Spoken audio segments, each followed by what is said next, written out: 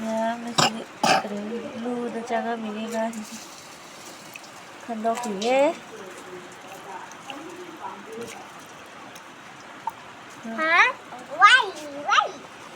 quay. Mua tiệm muốn đấy. Lo Mayam se khoi lu da changa mi ne ba ko ngasi gi ne ba ko se adu mong se numit humni gumba ta ba se ko ising se khoi yum loina ising ngak ta ngai re aduga khoi khun gi phibam se horen mayam update kra tawrake ngasi gi di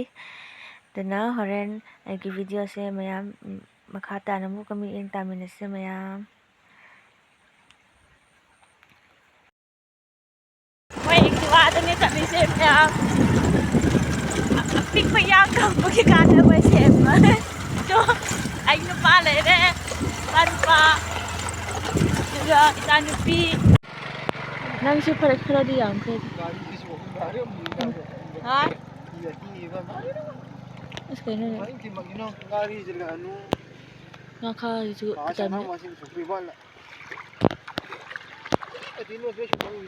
mayam pham yaure tu mayam sing tu ren dis nga kana jinge nga in ne ba in kana jing in kana hot na di mayam ising se yong ku chao se mayam sida ngang ga tar di si ni da ising yam chao re nong se dom chura lai re duna ngang hin school ta pe adre asi gi lambi se ko angang hoi school chat pham ne ba ko du school nga se de moi suti tha re ising ga ising nga sana uru uru ga lai mayam sing mayam sing yeng mi yam nungai si matang si di moi in bai ching khalap pa se la o ko ba ti chu moi masa masa gi in mam ayuk ta gi ne mayam moi lai ri se ising se yengo lambi ne ba ho se lambi ne ba se lambi sing ising bai thum khabni na angang sing ni school chat pa ya da na ngasi siti thadokre kaidongai ising se kangdoi no di khangde nong se leptana chubani na ko matek matek namra ke mayam ai se to se moi urbe yum se moi school ne ba se anga akoi khun school ko sa na school lai ba ko tugi moi si siti thadokre ngasi ai di angang lai ne in ga chingde mayam ai di sum mayam sing se yeng ba la kun ising thun cha pa yad re ha bi da ai na video se namning bagi ko mayam ne utning bagi ai na video nam balai he ising se chal ko long chele ha ba to lobuk thum ba su tangkhai lai ba so ai di khra thum de kam da khra patan thum ba wa ne da lobuk su ising ai thum ba wa ne lambi da chingi nang na lambi da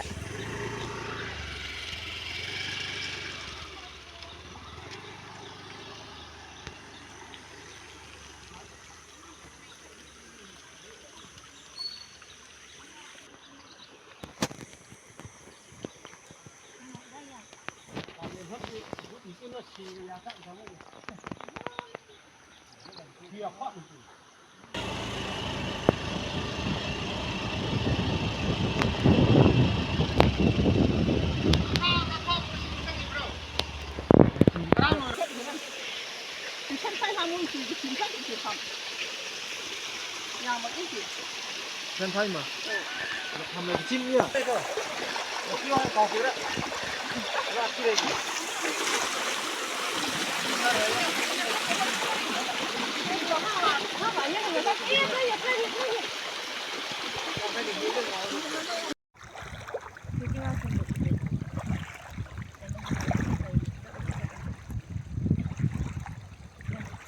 eikhoi halakre kaino nong adum chubagi video number ya daduna ai se yumda halak em yam sina khoi di lu da oina ko lu oina kai re ba duna khoi gi di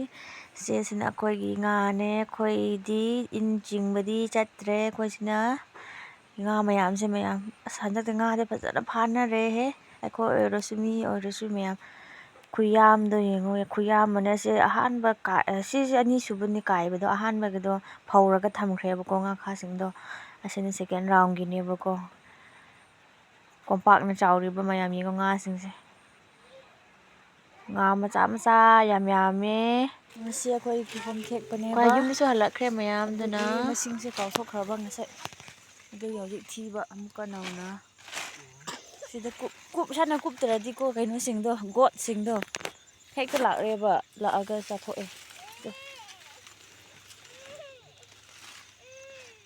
ꯁꯣꯝ ꯁꯤꯗ ꯈꯔ ꯆꯥꯎꯕꯁꯦ ꯃꯝꯒꯗꯧꯔꯦ ꯍꯧꯖꯤꯛꯁꯦ ꯃꯝꯒꯗꯧꯔꯦ ꯑꯩꯈꯣꯏꯒꯤ ꯀꯤꯍꯣꯝꯁꯦ ꯑꯁꯤꯒꯤ ꯌꯨꯝꯁꯤꯗ ꯎꯕꯗꯣ ꯑꯁꯤꯗꯒꯤꯅꯦ ꯑꯗꯒꯤ ꯁꯤꯒꯤꯁꯤ ꯂꯧꯕꯨꯛꯁꯦ ꯀꯥꯜꯂꯒ ꯁꯤ ꯂꯝꯕꯤ ꯈꯔꯁꯦ ꯃꯦꯟ ꯔꯣꯗ ꯁꯤ ꯁ꯭ꯋꯥꯏꯗ ꯑꯃꯨꯛ ꯊꯝꯕꯀꯣ ꯌꯦꯡꯉꯣ ꯁꯤ ꯃꯇꯣꯟꯗꯒꯤ ꯍꯣꯟꯊꯔꯛꯄꯁꯦ ꯋꯥꯕꯅꯦꯍꯦ ꯃꯌꯥꯝ ꯋꯥꯏ ꯌꯥꯝ ꯋꯥꯏ ꯌꯥꯝ ꯋꯥꯗꯕ ꯅꯠꯇꯦꯀꯣ ꯀꯤꯍꯣꯝ ꯊꯥꯕꯁꯦ ꯀꯤꯍꯣꯝꯁꯤꯁꯨ ꯃꯝꯗꯧꯔꯦ ꯁꯤꯁꯨ ꯑꯗꯨꯝ ꯀꯥꯔ ꯂꯥꯛꯄꯅꯦꯕ ꯑꯩꯈꯣꯏ ꯁꯥꯏꯗ ꯆꯠꯄꯅꯦꯕꯀꯣ ꯑꯩꯈꯣꯏꯒꯤ ꯀꯤꯍꯣꯝ ꯂꯧꯁꯦ ꯑꯩꯈꯣꯏꯒꯤꯁꯤꯅꯕꯨ ꯈꯔ ꯐꯩꯌꯦ ꯑꯇꯣꯞꯄꯁꯤꯡꯗꯤ ꯆꯤꯡ ꯃꯇꯣꯟꯗ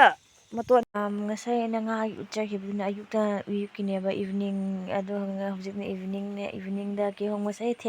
ꯊꯦꯛꯄꯗꯣ ꯃꯁꯤꯡꯗꯣ ꯀꯥꯎꯈꯤꯕꯒꯤ ꯑꯃꯨꯛ ꯃꯁꯤꯡ ꯊꯤꯕ ꯂꯥꯛꯄꯅꯦꯕꯀꯣ ꯑꯗꯨꯒꯤ ꯍꯧꯖꯤꯛꯅ ꯑꯩꯒꯤ ꯚꯤꯗꯤꯑꯣ ꯁ꯭ꯋꯥꯏꯗ ꯂꯣꯏꯁꯤꯜꯂꯒꯦ ꯃꯌꯥꯝ ꯕꯥꯏ ꯕꯥꯏ